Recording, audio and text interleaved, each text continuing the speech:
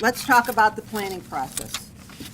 Okay, this is your child's IEP and your child's transition plan. Who is the first person you're going to talk to about transition planning? Your kid, hooray, okay. The kid, and I don't care how high or how low functioning the child is, you know when your child has preferences. You know what your child likes and what they don't like. You know, even if they're low functioning, are they really very good on the computer? And maybe that's the way you should go. Also, you should talk to your children, because this is a very difficult meeting. How many of you have gone to IEP meetings and you walk in the room and there's 10 people around you, and what happens? I don't know about you, but sometimes I'm very intimidated. Okay, who's there? What I know. When you go to IEP meetings, you're intimidated. Well, when your kid comes to an IEP meeting at 18, they too may be intimidated. And if that's true, you need to talk about them, about what you're going to say, what you're going to do. Get them prepared for the meeting. Traditionally, I did not allow my clients to go with me to IEP meetings. I felt that they shouldn't be in the room when there were negotiations going on about what was appropriate for a child. This is an exception. This transition planning is what the child wants, not what the parents want, not what the school wants, but what the child wants and they're capable of doing. And that's for the team to decide if they can do that. The next thing you want to do to get prepared is you need to have assessments, okay? Now, there are all kinds of assessments. One that should be done yearly is more or less like present levels. It's a questionnaire asking how your child is doing, what he's interested in, what's his good points, what's his bad points. That's done every year. That means it starts at the age when the child is going to turn 16 during the IEP. And then you do it every single year after that until the child graduates. You redo the level 1 assessments. Are you the same people that you were 3 years ago? No, neither are the kids. And so you have to do the assessment every year. Okay. Level 2 assessments. Those are more like comparing the child, which we usually don't do in an IEP, but in this case we do. And that is comparing the child to his peer. Where is he reading level? Where is he academically? Is he going to college? What type of instruction do they need, and what level are they at? And a level, what we call level 3 assessment, is really a hands-on assessment. Okay? That's where they might go to a vocational center and try out different machines, try out different jobs, meet with different people.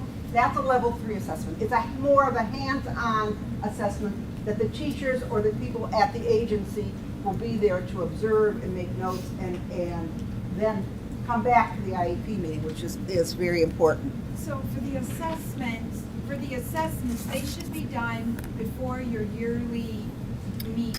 You're going to do a yearly questionnaire, and then you're going to decide, do you want your child to take like an SAT? Do you want your child to take the achievement test to be one of the measures for his assessment? Or do you want him to go to a vocational center and do a vocational evaluation? And what I would say to you is that if I were the parent, by the time my child was in 10th grade, I would want that finished.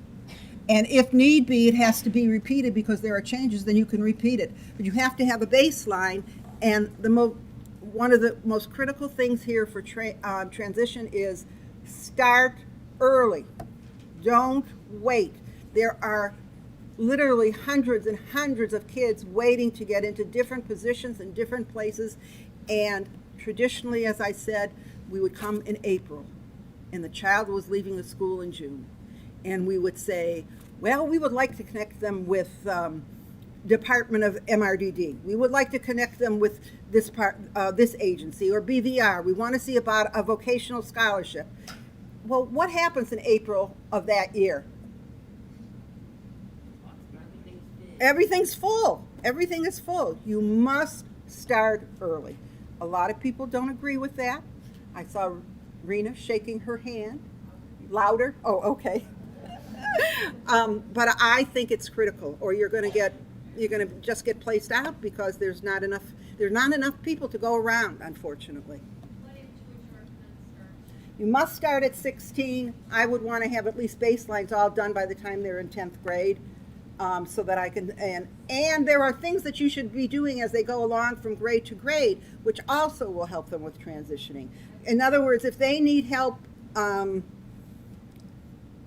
socially, they don't get along with people, you don't wait till transition, you start when they need it, so that they should flow together. Does that make sense to everybody? Yes, I'm sorry. The question was, would I recommend any certain assessments? And I would say to you, no. First of all, assessments is not my area of expertise. But secondly, each child is different. And what your child may need, that child may not need. And that's what the word individualized means. Individualized means that your child is one individual that is entitled to their education. And based upon their needs, their preferences, their strengths, and not Johnny's strengths and needs down here across the street. Oh, there's a level 1 is like a questionnaire that you do, everybody does. And then I call it level 2, is when they take tests that compare them to their peers. And that's usually for kids that are SLD, that are thinking of going on to college and seeing whether or not they're capable of functioning. And then what I call level 3 is for hands-on assessment. The other area that you need to get started before you go to the IEP meeting is self-advocacy. These kids are not going to be with you standing next to them all the time. They have to learn to advocate for themselves. And you don't do that in just one day. Adults with disabilities have difficulty advocating for themselves. Some feel uncomfortable telling people about things. Some people think that it's not their business for somebody to know about what's personal about them.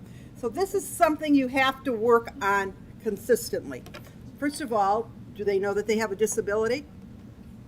Okay, that's question 1. Do they know what their disability is? Can they tell somebody what their disability is? Because self-advocacy is very important. Do they know the accommodations they're entitled to when they take a test? Do they, I think we have a list of questions here in our outline. Do they know what special education is? These are all important things.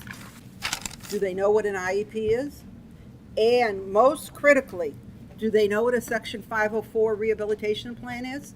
How many people here know what a Section 504 rehabilitation plan is? Good.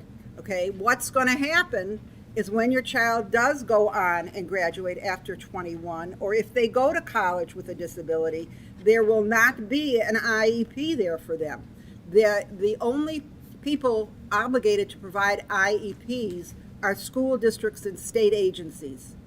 Okay, you will be covered under Section 504 of the Rehabilitation Act, which means that you are entitled to accommodations, some special ed, some tutoring, and they need to know that. They need to know how they can get specific services. This is if your child's going on to college, but they can't wait until they get to college or before if they go out to have a job at 21. Section 504 of the Rehabilitation Act will give them accommodations and special services.